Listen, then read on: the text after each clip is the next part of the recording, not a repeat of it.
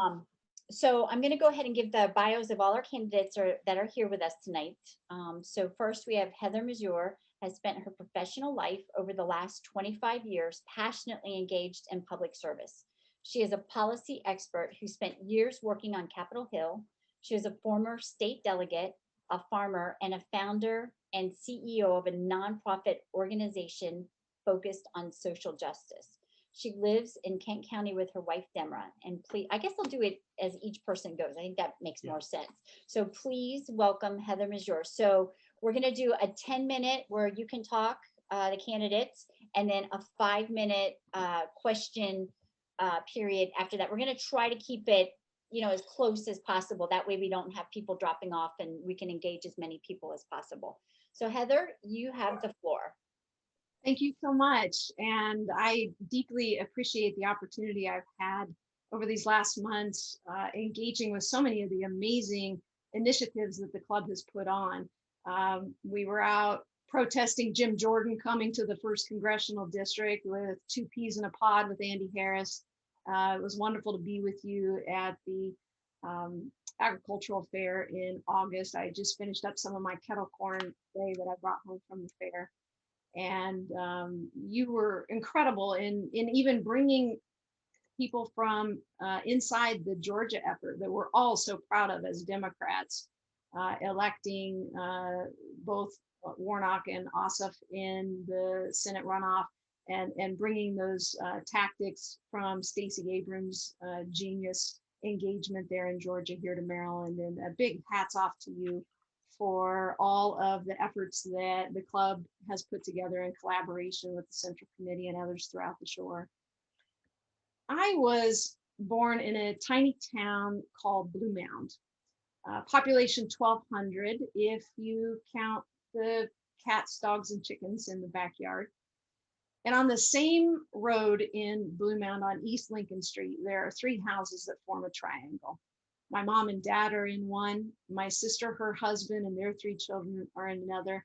My oldest niece, her husband, and new baby are in the 3rd house. I was raised in a family that my mother says I came out of the womb ready to be engaged in politics. My father is a United Auto Worker for 32 years, and I spent a lot of time on the picket lines with him, working for justice for working families. I spent 4 years as a national service volunteer in the AmeriCorps program and cut my teeth on policy and politics, coming to Washington, D.C., spending almost a decade working on Capitol Hill. I was John Kerry's domestic policy director for 4 years before, during, and after his presidential run. Then I got a taste for running for office and serving myself. I've been a city councilwoman, a state legislator for 8 years, a candidate for governor, and in these most recent years, a small business owner. I'm a 7th generation farmer in my family. And as was mentioned, I launched a nonprofit organization on social justice that's meant to help bridge and heal these divisions that we are experiencing in our body politic right now. I'm running because of the events of January 6th. We know the story very well right now. Andy Harris clings to old hatreds and new conspiracies. He does what's best for Donald Trump, not for us. He incited the violence that occurred in our Capitol building on January 6th, refusing to support the certification of the election that all evidence has shown is free and fair. He tried to take a gun to the House floor a week later and has consistently voted against honoring the Congressional Hill Capitol police officers and the DC police officers who so bravely protected his life that day. But it really was the events of throwing a punch, attempting to throw a punch against one of his colleagues that night that really opened up something in me. I already, as a patriot and a defender of democracy, was on edge on everything that had happened. I was incensed that my member of Congress was voting against certification of the elections and thinking that this was somehow anything other than a violent insurrection.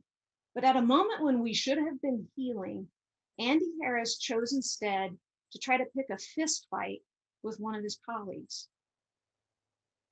This was a moment for healing, not escalating aggression. And while Andy Harris goes to Congress to throw punches and pick fights with his colleagues on the House floor, I'm going to Congress to fight for you. And I have a record of accomplishment over 8 years in the state legislature where you don't have to guess where I'll be on the issues of importance. I can tell you where I've been, what I've gotten done, and what a beautiful contrast it is to the lousy representation we have received over these last 10 years. On healthcare, I was honored to push through a bill years before Obamacare that allows young adults to remain on their family's health plan until age 25. We went on to expand family planning services to all low-income women so that we could lower the abortion rate, improve infant mortality, and bring in additional federal funding into our state budget. I pushed through healthcare laws that would help amputees get coverage for new prosthetic devices. And children have always been the centerpiece of everything I have worked on, most particularly in healthcare. When I got passage of the Kids First Act that found an innovative way to reach and enroll over 100,000 more children into the health insurance that they qualify for in our state. Now, Andy Harris, by comparison, he has one of the worst records on supporting children in this state. First Focus analyzes congressional scorecards every year, and they give out champion awards for those who are the best champions for children's issues. And they highlight for each region who has been at the bottom of the barrel. And consistently, Andy Harris is one of the worst rated legislators in supporting initiatives for our children. And on healthcare, should it be any surprise to us that he's voted against the Affordable Care Act? I think somewhere in the neighborhood of 44 times, while simultaneously the very first thing he did when he arrived in Congress is to complain about where's his government funded healthcare. These kinds of hypocrisies can no longer stand, and I'm excited to offer you an alternative in this election, an alternative on the environment. We live in a district that is more impacted by climate change than any other district in this state and possibly in the nation. Andy Harris has a lifetime voting record of 3% with the League of Conservation Voters. In my 8 years in the legislature, I was with the League of Conservation Voters 98% of the time. And my work over a period of 7 years to study, put a moratorium on drilling for shale gas in Western Maryland, helped us get to a place of actually banning fracking in Maryland. In Maryland, we said we're going to do this right the first time, because if you drill first and ask questions later, it is to disastrous environmental consequences. Each and every time I've been in Annapolis on the issues that matter most, the thing I focus most on is being ahead of the curve, understanding what the impact would be on us before it comes to our door. That's why we have to get ahead of the curve on the saltwater intrusion and the potential climate refugee crisis that is knocking at our door right here on the shore. We can do this with innovative ideas about our agricultural and climate crisis. Farmers and environmentalists aren't at odds on every issue, despite what politicians and political pundits would want you to believe. Farmers are the original environmentalists. And there's so much we can do in the ag bill, in the farm bill each year that can incentivize important practices to help us address climate change. And I hope we'll have more time to talk about that. But Andy Harris has also consistently been against us on issues related to jobs and economy in our district. While I'm in Annapolis working to provide small business tax relief while proposing ways to increase corporate taxes that would give us the money to lower middle-class tax cuts, support our small businesses, and then move forward with important, livable, meaningful wage increase in the minimum wage. Andy Harris consistently has fought against all those issues in Washington, D.C. He even voted against our $1,400 stimulus checks in the American Recovery Act and all of the infrastructure funding that has been included in these pieces of legislation. He didn't even make one request for us on what it is that we would like to see done for all of the infrastructure needs in our communities. Not one request. The only member of Congress that left his own community out when infrastructure needs were being discussed. This is unacceptable. Some people are going to fall off the call tonight because our broadband is so horrible out here that you can't keep a video call. And in this day and age, the jobs and economic development that are coming here are all related to the expansion of broadband. In March, I wrote an op-ed that the Baltimore Sun ran that laid out a vision for how it is that we can do more broadband in our community. Andy Harris consistently never watches out for us. He votes against renewable energy, hurricane relief in Crisfield, the Farm Bill, the Restaurant Relief Fund. The only piece of legislation he's ever passed in 10 years is a bill renaming a post office. That is not a legislative accomplishment. In closing, he is running scared, and he should be. He has put on all of his direct mail. My Democratic opponent, Heather Mizeur, has outraised me by X amount of money. Help, I'm going to lose. He should be scared. Between the money, excitement, and the endorsements we've rounded up in this race, I'm honored to have Chris Van Hollen supporting me, Wayne Gilchrist, Mia Mason, who's on the call tonight.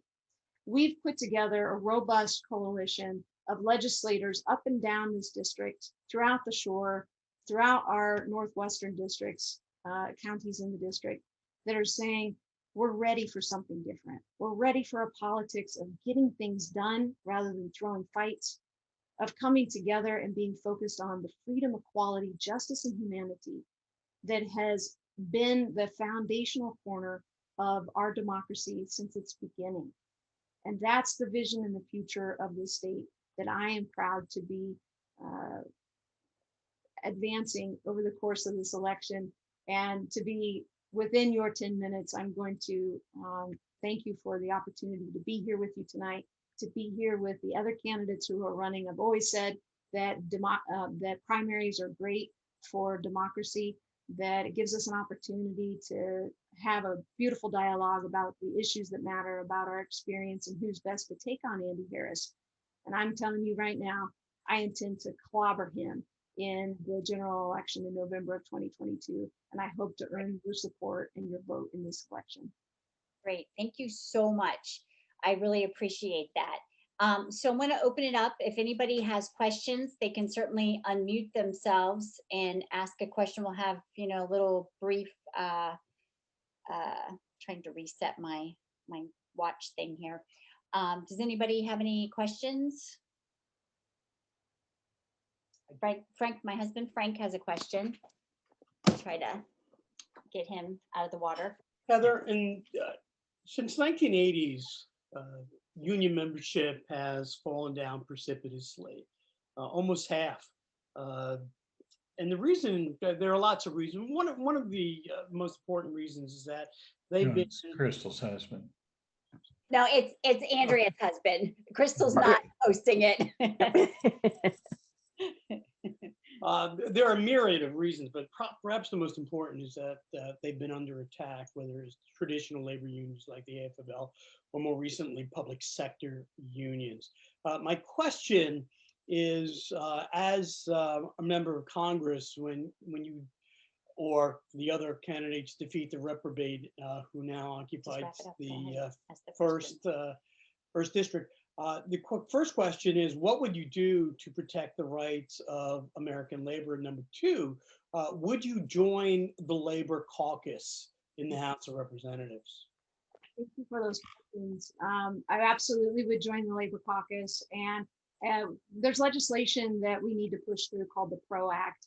And any opportunity I have to vote in favor of strengthening collective bargaining, the rights of striking workers, and the ability to strengthen the opportunity to organize is an issue that I've had a long record of. I wouldn't be able to be Dale Mizeur's daughter if I didn't.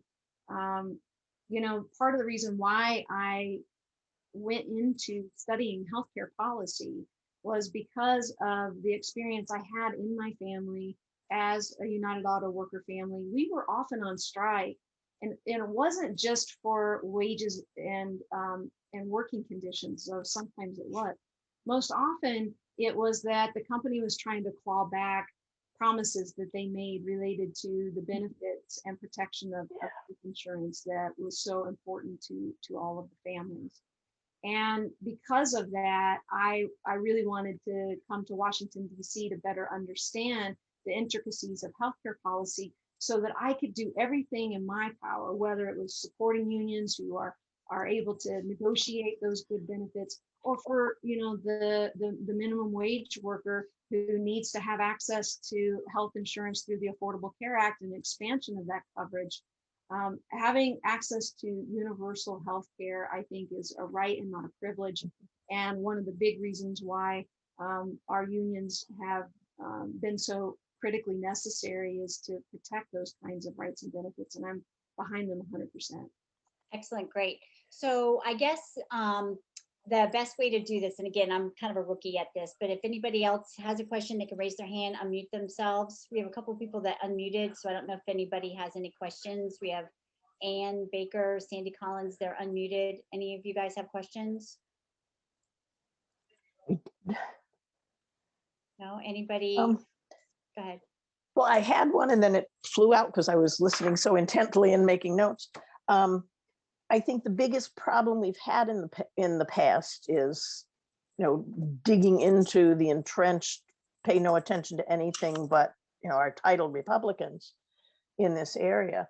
And how would you go about, blowing up that concrete wall? Well, And Andy Harris at the same time. thank you, Sandy. One initiative that I've recently launched in the campaign is called the Mizeur Volunteer Corps. And what it is a reflection of my belief and dedication in service to community, and that we don't have to wait for an election to begin making a difference right now. The Mizeur Volunteer Corps is partnering with nonprofit organizations throughout the district to do regular community service projects with all of our volunteers who are so excited about engaging and working with the campaign, but also an invitation to anybody in the community who needs to come. You don't need to support Heather Mizeur. You don't need to vote for me. You don't even have to be a member of a political party. You don't even have to vote to come swing a hammer with us with our Habitat for Humanity project in Cambridge, or we just were at the Maryland Food Bank in Salisbury on the Eastern Shore. We're going to be building oyster barrier balls in Cambridge in the coming weeks. We're doing about 3 or 4 service initiatives a month to help show the ways that we can transcend partisanship and ideology, which has always been my approach to politics. Let me tell you one final quick story. When I was in the legislature, I worked across the aisle with the most conservative libertarian member of the legislature from Cecil County, Mike Schmiegel, who was at the time both the head of the pro-life caucus and the Tea Party caucus. But Mike and I were friends because outside of our differences, we found connection. And that's one of the things I've always promoted through my work at Soul Force Politics. And in my connection and friendship with Mike, we eventually got to a place where I suggested that he and I collaborate to lower the abortion rate in our state. And he was curious how we could do that in a way that would align with both of our politics. And I said, well, I'm going to explain this to you. And I just ask for your listening and your open-heartedness and understanding that politics has tried to divide us on this issue when there are places where we agree. The way you get at lowering the abortion rate in our country is through lowering unwanted pregnancies. And how we do that is empowering women to have access to free family planning services. And it turns out the federal government wants to give us an enhanced state matching rate for doing that. And when we get women the empowerment to get involved in their healthcare system at an earlier place, they will have improved infant mortality rates in their birth outcomes. So I came armed with data and information from the Alan Guttmacher Institute that showed specifically 3,000 abortions a year would be avoided in Maryland just with this one policy change. And when you hear Mike Schmiegel tell this story, as he recently did in this campaign, he says, I want to explain why I agreed to do this with Heather. And in this era of misinformation, it's important to remember this. I agreed to work on this legislation with Heather because I trusted her, because we built a friendship and I knew that what she was telling me was real and true. I knew the data she was sharing with me was painting a real picture. And Mike and I not only got that law passed in Maryland, we went on to write an editorial that the Washington Post printed in the shadow of the Congress talking about having a government shutdown over a partisan fight over family planning. He and I laid out the framework for why this doesn't need to be a partisan issue. That if odd fellows like Heather Mizeur and Mike Schmiegel can come together in Annapolis to give free family planning services to all women in our state, certainly Republicans and Democrats can transcend the partisan divide to make similar progress in every state across the country and within the Congress. I want to take my approach to elevating the dialogue in politics inside that very toxic arena in the Congress. And I know that I will have the same success in Washington, D.C. that you came to know about me in Annapolis. Great, thank you. I'm so sorry. So we're gonna go ahead and wrap up your portion. We're just trying to keep everything moving along. So again, we really appreciate your time and commitment to, running in our district, and we wish you best luck. And we're gonna go ahead and move on to our next candidate. So I would like to introduce Mr. Dave Harden. And I said Heather very casually, and I really apologize for that. But he is the managing director of the Georgetown Strategy Group, Washington D.C. next generation firm that leverages talent, technology, and capital to help solve some of the world's most complex problems. In 2016, President Obama nominated and the Senate confirmed Mr. Harden to serve as the assistant administrator for the U.S. Agency for International Development, Bureau of Democracy, Conflict, and Humanitarian Assistance.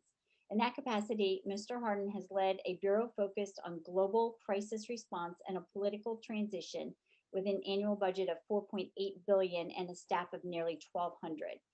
Prior to his Senate confirmation, Mr. Harden was Minister Counselor in the Career Senior Foreign Service. Mr. Harden served 17 years overseas in the Middle East, Central Asia, and South Asia, including as Minister Counselor for Yemen, Mission Director in the West Bank and Gaza, and Deputy Mission Director in Iraq. Whew, I got it all right, yay. So I'd like to introduce Mr. Harden, and I'm gonna give you approximately 10 minutes to speak, and then 5 minutes for questions or so, and it turns out to be like 2 or 3 questions. Thank you, Andrea, and thank you, Queen Anne's County. It's great to be here, although I'd much rather be in person. Can you hear me? I want to make sure I'm not muted. Yes. Okay, great, good. So thank you so much. And a special nod, I think, to Jennifer and Heather, who jumped into the arena. And we need it. We need it because Andy Harris is seriously a problem for this district. So great respect to both of my colleagues who are running.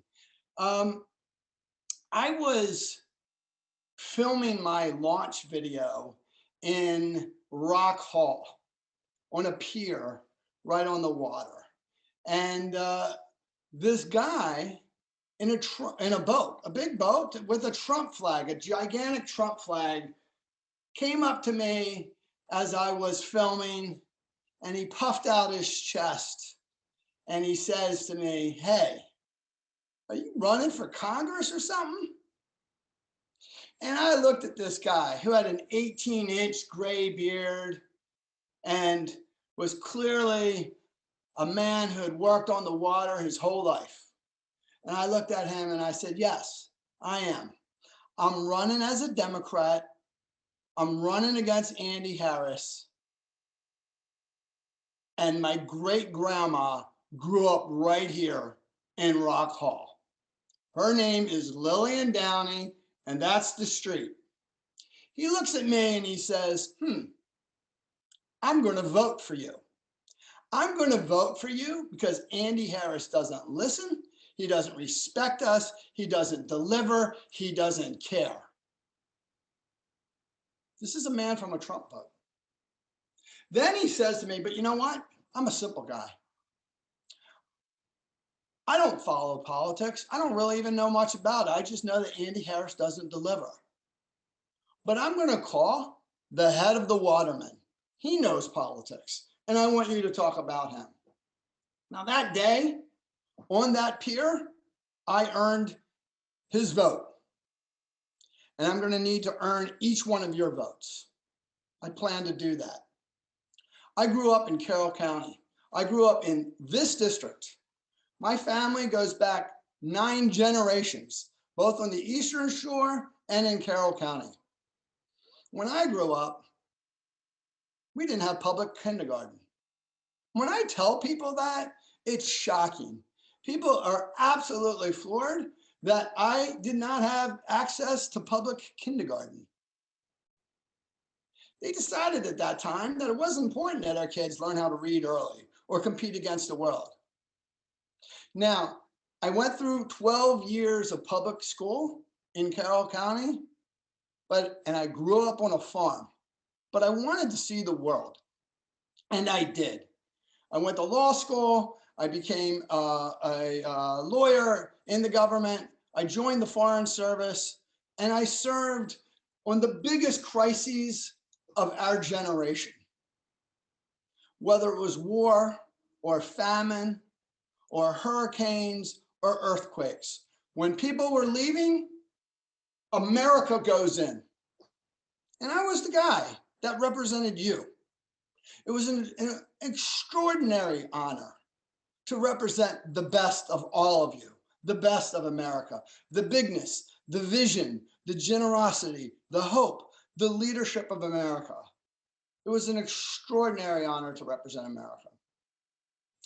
And I also learned a thing or two about crises.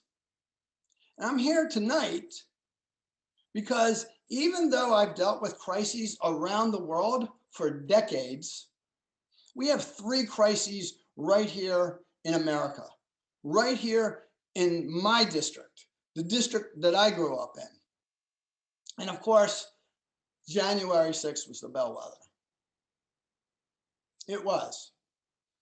My son, who's an Air Force officer, was in the Middle East. He was in Qatar at Al Udeid. And he called me and he said, "Dad, I can't defend America right now. I can't keep eyes on ISIS and Al Qaeda and Iran and Russia and China because we look like we're in war."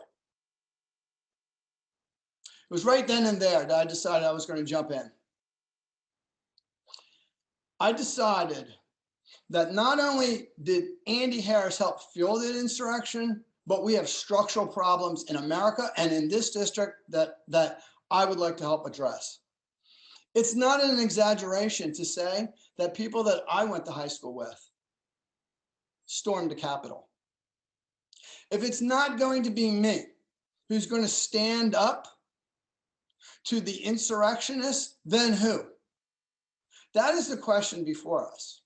Now, the 3 crises we have are, the first crisis is one of democracy. It was a legacy that our grandparents and our great-grandparents handed down to us. We are at risk of losing our democracy. Democracy is not self-executing. Democracy just doesn't happen because we wish it. We have to earn it. We have to support it. We have to care about it. And if we can't hold Andy Harris accountable, then we will be collectively responsible for helping break the democratic legacy and gift that our grandparents gave to us. There's much more that we need to do in democracy. And I know that when there are breaks in democratic values, democratic foundations, democratic principles, it leads to grievances and conflict. We cannot let that happen in America. The second crisis.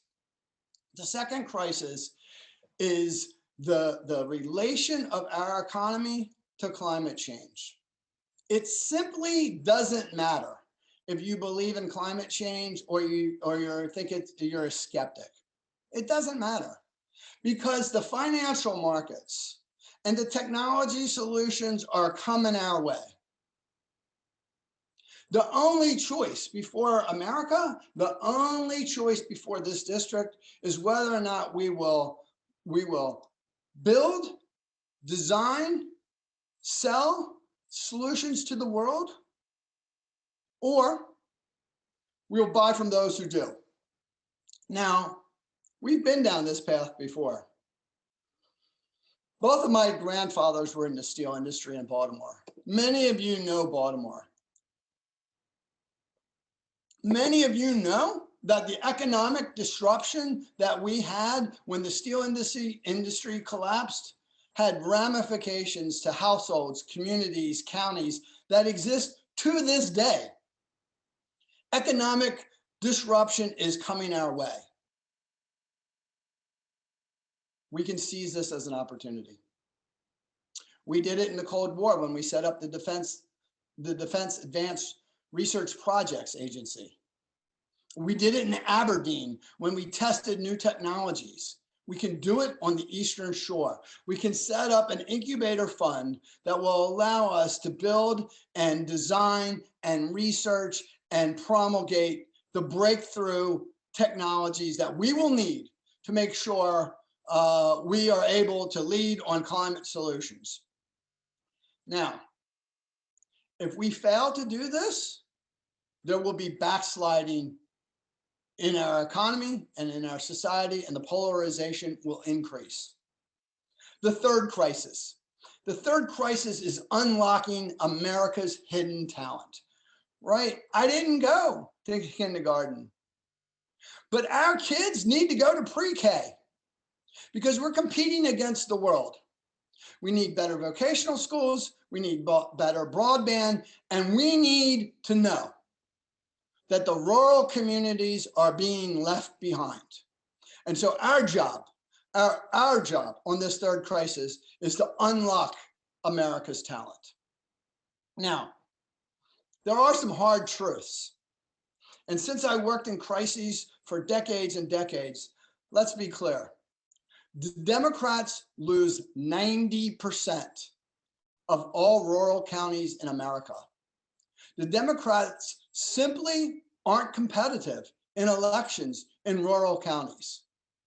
We need people that can speak the language, that know the culture, that understand the food, that understand the challenges, that understands the hopes, the aspirations, the dreams of the working folks in this district, whether they're watermen or farmers, whether they're black, brown, or white. We need to be able to communicate in a way that will allow us to take 35,000 votes away from Andy Harris and bring it into our account. That is the challenge before us. And that requires a big tent coalition. That requires that we are able to get the watermen and the African-American community and the Hogan Republicans and the independents and all of the Democrats to take back and return decency, integrity, honor, and hope to Maryland's first district. I would love to earn your vote and your trust to make that happen. Thank you. Wow, that was great. That was right on time, and I didn't have to send a minute thing or anything. Very nice. I had a timer going, so that way I was 35 seconds over. Yeah, well, I was going to let you slide a little bit because Heather went a little over. So we can open this up to questions now. So if anybody wants to raise their hand and unmute themselves, we have a couple of minutes for some questions.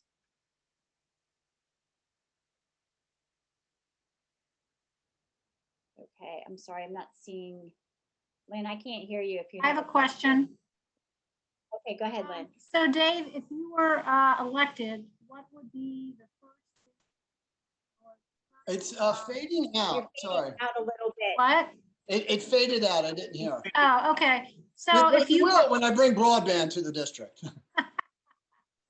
what's the first thing you would do, assuming you were elected? What would your first task be? That is a great question. I think first and foremost, just simply by being elected, that we will have demonstrated that the Democrats can win in rural economies and that we can bring hope back. But very specifically to your question, the rural-urban divide is a massive problem for this district, for Maryland, and for America. Now, let me explain. There are 4 counties in the Eastern Shore that lost population. Meanwhile, between 270 and I-95, that entire corridor is growing rapidly. Wealth and economic opportunity just consolidates there. It's not good for us.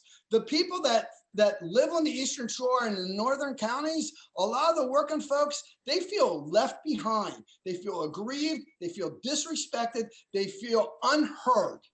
Right? And the first thing that we need to do is to change the economics so that there are opportunities, so that the rural communities can get a slice of that prosperity pie that is all concentrated on the Baltimore-Washington corridor. So I will do everything I can to change the economics. And by the way, I've spent 30 years working with communities that have been left behind and forgotten and disconnected from the economy. I will bring what I have learned across the world to this district to make sure that there's opportunities for the families now, not just simply jobs, but real wealth, real economic growth, real businesses for the families now and for the generations ahead. Thank you. Excellent. Does anybody else have any questions for Mr. Harden?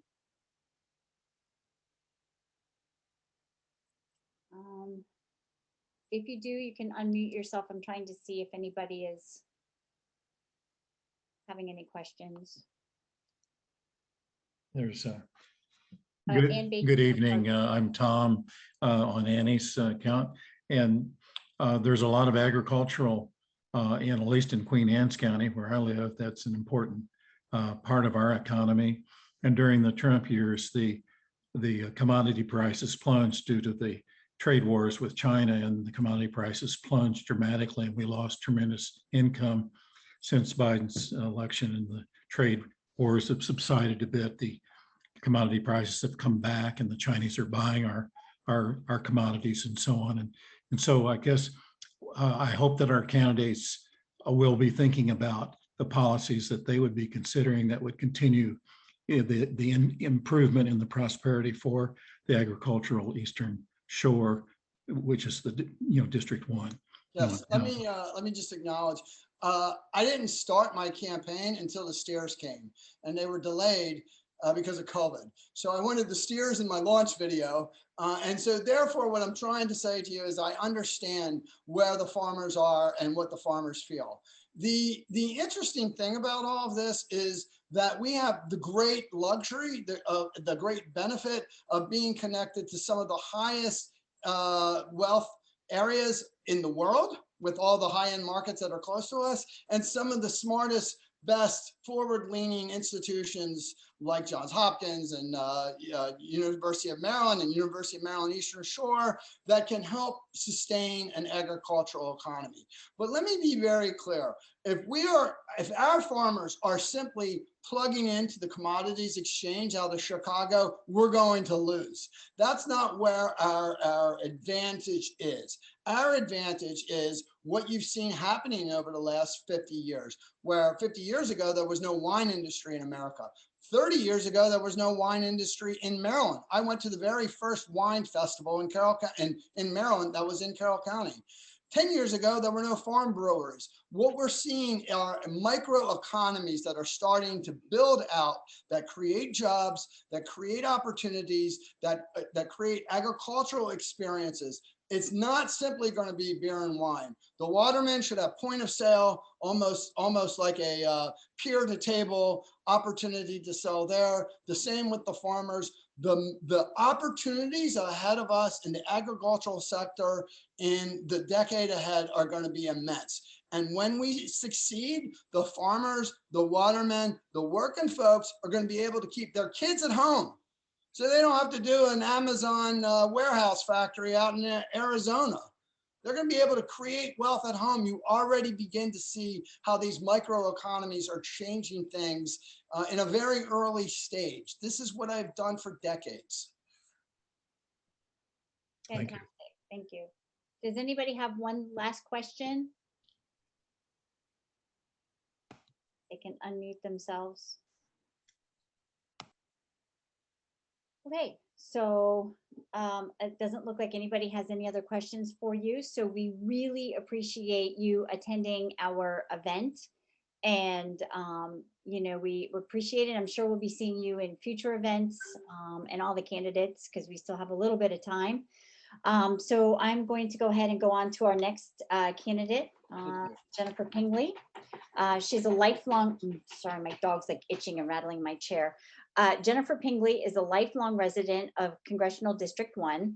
Her family's deep roots here include working on the conversion of the C&D Canal to a free and open waterway 100 years ago. Jennifer has served her community as a nurse since 2008 alongside volunteer work for her local fire department. Rightly so, Jennifer's platform focuses on health, safety, security, and preserving our legacy for generations to come. Jennifer sums up her campaign simply yet poignantly. Truthfully, I'm just a normal person trying to solve the problems of everyday people here in my district. I do that best by drawing on my nursing experiences as a constant negotiator and advocate. So I'm going to give the floor to you for 10 minutes or so, and then a 5-minute question period afterwards. Thank you so much. Hi, everyone. I'm actually currently in Columbia, South Carolina. So I do apologize if we have any connection issues. My son is graduating from Army boot camp. So I'm traveling, but I'm very, very happy to be here tonight. Thank you to Heather Mizeur and Dave Harden. Wonderful jobs, guys. And you'll hear that I echo very similar sentiments because as Democrats, we have a lot of things in common that we really want to push through. We just have a lot of different ways to look at it, which is the benefit of having 3 people with very varying perspectives, backgrounds. So it gives us a lot more to work with as we push to get Harris out of office. As she said, I'm a nurse. It is literally written in the Maryland Nurse Practice Act that I am supposed to call out other health professionals on the ridiculousness.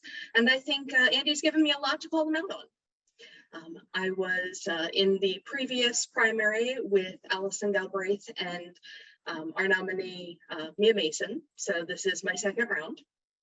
This is not a new rodeo for me. But a lot of people heard what I was saying before about different perspectives back then. The biggest thing with being a nurse is that I can directly contrast with Andy Harris being a doctor. He relies on that. So when we talk about getting Republican votes, a lot of Republicans, we have a very old school and they still have kind of like an awe and respect of a physician, even if that physician is doing the wrong thing. However, I do have the benefit of being the nurse, and consensus nationally, even locally, is that nurses are the most trusted profession. So if somebody is going to be attacking Harris, you're either going to need another doctor or a nurse, for which I'm very happy to be at your service. For me, it's all about making sure on an individual level we're taken care of. I myself am a fan of Medicare for all. However, what I propose is a different way to roll it out. I would start with getting everybody to primary care. We have so many studies out there that show, and we're talking about from like the 70s and forward, if I can get people to their primary care on a semi-regular basis, you are happier, you are healthier, and more importantly, you're out of the hospital. And then when you're out of the hospital, you stay out of the hospital. You don't rebound back in with other problems. So if we're going to head towards Medicare for all, instead of trying to drop it all at once, let's start with a rollout. Primary care, we have the data, and we hear a lot of Republicans talk about, well, why can't I just go to my primary care? We don't need all these specialists because, you know, some of us have to travel, sometimes up to 2 hours to reach the specialists that we're looking for in different parts of the shore. And that's actually not bad. If you're out in the Midwest, you could be traveling for much longer. But it's a perspective. The shore feels like in some cases they're so pushed out and far away from everything.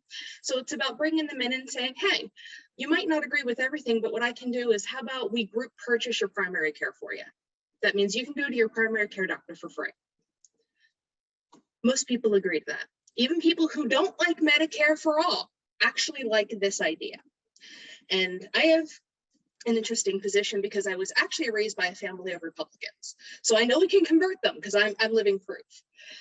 But my family, my dad, even after hearing Joe Biden tell me, hey, go for it, my 30 seconds with Speaker Pelosi was a, hey, go for it. And those meant, okay, ears are open, they're listening. But to me, when my dad literally says to me, you know, you should be doing this, and my dad was my biggest critic. If he said you should be doing this, I took him very seriously. We're very upfront in my family. So, and I have no problems with talking to Republicans. So people get like a hesitancy when they're talking to people who don't agree with them. Well, I work in healthcare. My patients and the doctors and the science, I don't necessarily agree with what's going on, but my job is to still represent the patient and what their position is, whether or not I agree with it. And in healthcare, we have a wide variety of opinions, sometimes even from the same patient. So it's a constant negotiation. And that's how I feel when I'm out there talking to people. It's like, okay, so let's find a common thread, and we just kind of shuffle around how the conversation goes. What would you be comfortable with? And just getting out there and having the conversations. It's a comfortable thing for me, and I'm a very hands-on candidate. You'll see that if anybody has taken a look at the previous run, I only spent $2,500 and I got 20% of the Democratic vote all across the board. So regardless of redistricting, I'm starting with pretty much 20% across the board. And $2,500 is an amazing spend for that many votes. Because if you look at the previous, when you're comparing number to number, my number was between Allison Galbraith and Jesse Colvin. So that was my vote goal. When they tell you to be a candidate, they tell you to get a vote goal number. So I took a look and said, that's where I want to be. I hit that number. I had a couple extra people vote for me I didn't expect, which was always awesome. But I had that level of commitment. And then I can take that to Republicans and say, I'm fiscally responsible. Look what I did with $2,500. I essentially self-funded. So you'll find that I don't particularly ask for a lot of money, which is usually a good thing. But what I do ask is that you talk to other people. Good word of mouth is always the benefit. And that's just the way me and my people run. We are 100% volunteer campaign, which is awesome. And it also, when you tell people that you're running 100% volunteer campaign, Republicans see that and they say, oh, that's commitment. You can get people to volunteer for you in a serious manner, which is important. Republicans love volunteerism. So I do applaud my opponent, Heather Mizeur, for starting a volunteer corps. I'm a little bit more traditional in that I'm constantly recruiting for my fire department and other fire departments and EMS services. I'm constantly referring people, hey, go to the Lions Club and things along those lines, but we need a work of both. Particularly in District 1, because we're losing a lot of that. So that's pretty awesome. Another key point in talking to Republicans, we talk about the Second Amendment rights. Well, Second Amendment rights, I also link to healthcare. Not a lot of people do. So I am certified in occupational hearing conservation, which talks about how to preserve your hearing. I haven't figured out how to mitigate toddler-associated hearing loss because they get very loud and way above occupational levels, but I'll work on that. But what I can do is, after I talk to people who do a lot of homeschool or in general have kids, they can take that joke and they can run with it, and we have a little laugh about it, and then we talk about what else I do. Firearms, which can be used personally or as a part of your job, they really affect your hearing, and the quality of hearing protection we have, even if you're using the best, still doesn't fully protect your hearing. So the right to bear arms shouldn't come at the cost of your hearing. Hearing, as we have heard more in debate, and Bernie Sanders had a great quote that for right now I can't remember, but was talking about how dental care and hearing need to be part of Medicare because it's so important. I'm really, really focused on hearing, not just because I'm certified as a hearing conservationist for occupational reasons, but because it breaks down to simple communication. If I send you a message and talk to you, if you have a hearing problem, how do I know that you've received the information correctly? And we've all had people where we've talked to them and we're like, you didn't hear everything I was saying, did you? Well, and then we're trying to have a conversation where right from the get-go, there's miscommunication. So hopefully by protecting their hearing and getting gun manufacturers and then further on down with additional requirements for occupational hearing, we can also help improve communication methods by that. But so far, we really don't have a lot of people who are willing to stand up to the gun companies and say, hey, you need to protect the hearing of the people who are buying your armaments. Now, they might counter with, hey, the technology is not out there. Well, we have something called silencers. You got to pay, what's like $200 for a general silencer. It can only fit a particular model or two, and then you have to be put on a waiting list. Not bad things. However, we can engineer the sound down because we already know how to do that, so we can offer you another product to buy. So there is definitely the technology out there to start doing that. The other thing, a lot of people in District 1 hunt to eat. Well, there's a lot of lead, there's a lot of bismuth, there's antimony, there's lead in bullets.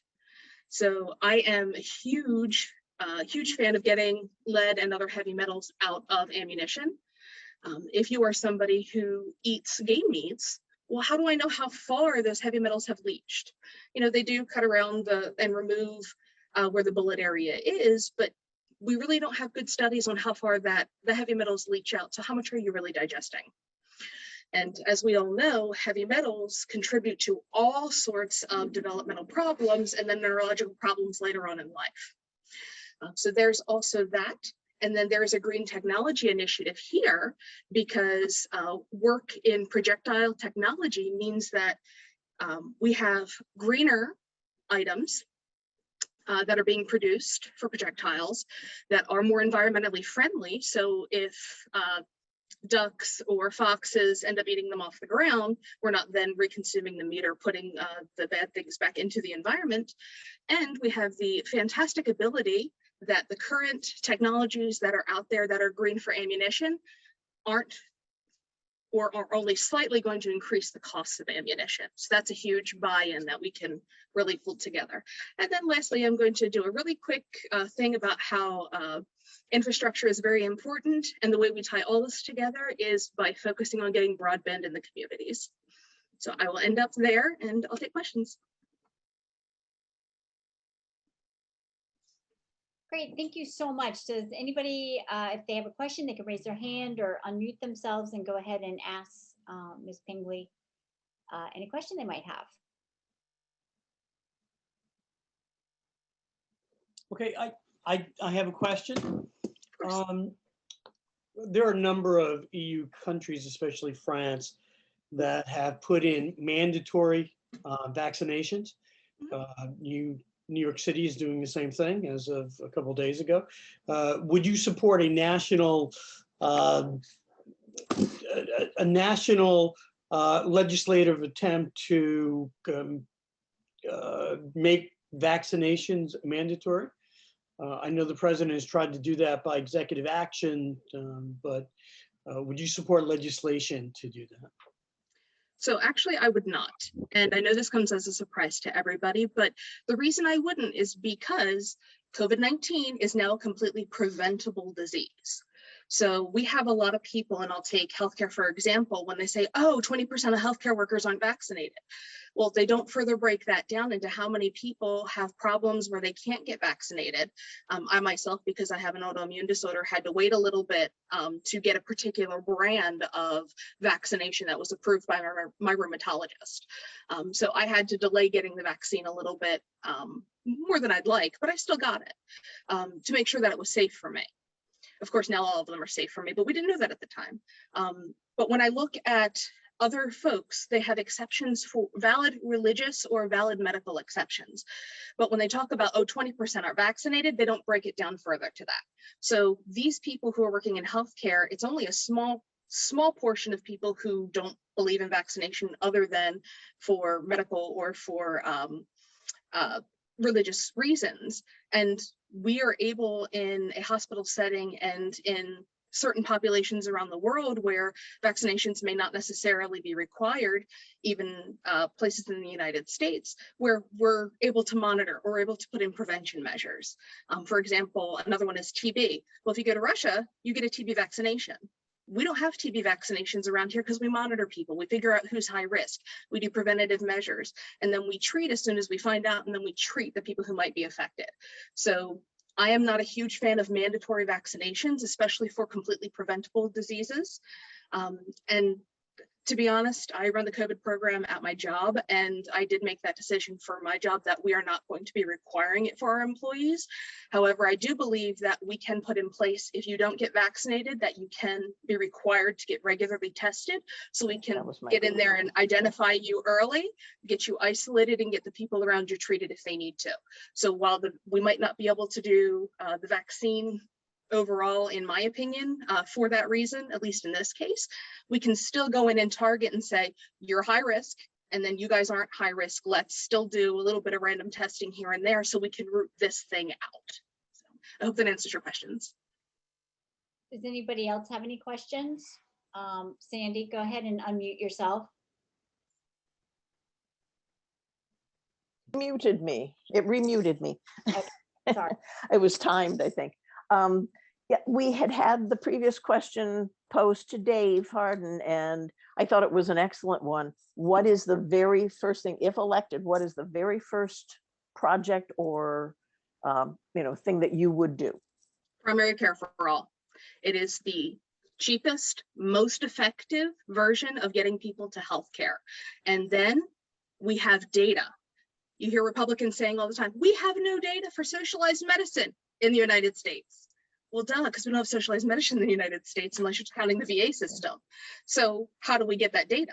We roll Medicare for all out differently. We even give it a rebranding with a new name. I like American Health Matters, but I think that was used, so we'll have to tack on a year to the end of it to differentiate it. But rolling it out differently. The biggest thing right now, and one of the biggest expenditures we are having that is outrageous, is in healthcare. And this is simple. And we can get a lot of Republicans on board with something that's very simple, but we can definitely build. You know, Bernie talks about all the time brick by brick. My bricks are just a little bit smaller. That's it. Thank you. Great. Does anybody else have any questions? If I'm missing somebody, please forgive me. All right. Well, it doesn't look like anybody has any pressing questions. So again, I'd like to thank all of our candidates for attending and speaking with us, and for everybody who has questions. I really appreciate it. I'd like to have maybe Elaine hop on if she can unmute, if she's still with us. Just locally, I want to say that we have a candidate that is running in the Centerville Town Council. It looks like, Elaine, you unmuted, so I don't know if you'd like to speak about that for a few minutes. Yeah, briefly, thank you to all the candidates if they're still here. That was amazing, and appreciate their input there. It's an exciting time for us to have 3 candidates for District 1, and let's hope redistricting works in our favor as well, which is we didn't bring up tonight, but as soon as that happens, I know we'll have a better idea of what's happening. I did put it in the chat real quickly. There is an election. We do have municipal elections, and as you all know, there's hardly a single Democrat in office in Queen Anne's County, and we are trying, as one of our initiatives, is to try to work these municipal elections. They're non-partisan, but Bob Hardy had one of the positions on the Centerville in the Centerville election, and there are 3 people running for 2 spots. So we're reaching out to help a young woman who grew up in Queen Anne's County and actually had worked with the party pretty strongly in Annapolis, and she was actually I understand the youngest Central Committee chairperson in the state at the time. She was that, but she's moved back to Queen Anne's County. She graduated from the high school here, and she's a lawyer, a nonprofit lawyer, a young child living in town, and wants to, and is starting to run here. And what we need actually is people to help us help her. And Justin has put together a walk list and a /phone list really just to remind people that there is an election, because if you don't live in a municipality, you'll may not realize this, but they are sort of under. This is my dog playing with I'm sorry about the noise there. He's been perfectly quiet all night. Anyways, it's getting people out and getting them to know that there's a Democrat who they can talk to and run and have the kind of representation that we want for at all levels, and especially in District 1. But that's just that side thing. And we are working on the office. I know everybody's interested in the office part, and we are hoping to have something by in the month of October. We're working between 2 different landlords at the moment, so we're seeing which one turns out to be the best fit for us. So that's kind of where we are. Anyway, I'm not running, so but again, thank you to the candidates tonight. This was great, and you did a great job, Andrea. I know you were nervous, but you did a great job. I was extremely nervous, but I did wear my Democratic shirt. So Yeah. again, to everybody who is remaining, thank you so much for joining us. I think this is a great first step, and we're, the thing of it is we're doing this early. We need to start meeting these candidates, and then, we can form opinions and then move forward once a candidate is selected to, help support their campaigns, because in my opinion, we really have to get rid of Andy Harris. And again, I just want to remind everybody that we have our next general meeting in October 20th. It's always the 3rd Wednesday of the month. It's going to be at El Jefe in Ken Island at the restaurant in their kind of big meeting room to the right. And we started doing our board meetings in person. It just feels a little bit exciting to kind of just get together and kind of regroup, and again, as you feel comfortable. I mean, I personally mask everywhere where I go, so you would certainly, feel free to mask. And if you don't want to attend, we completely get that. But we do want to do this voter registration. And if you can't attend to do voter registration, we can arrange for you to do other voter registration training as you need. Just so, again, we get more volunteers to do, groups and stuff like that as we feel comfortable. So I see a lot of chats going on. I'm just trying to catch up.